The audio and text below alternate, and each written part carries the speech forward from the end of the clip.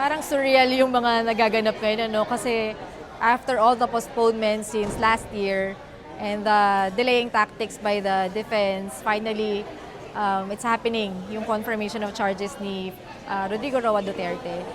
And mixed emotions, yung nakikita ko rin kahit dun sa mga nanay, na ang tagal-tagal nila itong inantay. 10 years na ngayong 2026.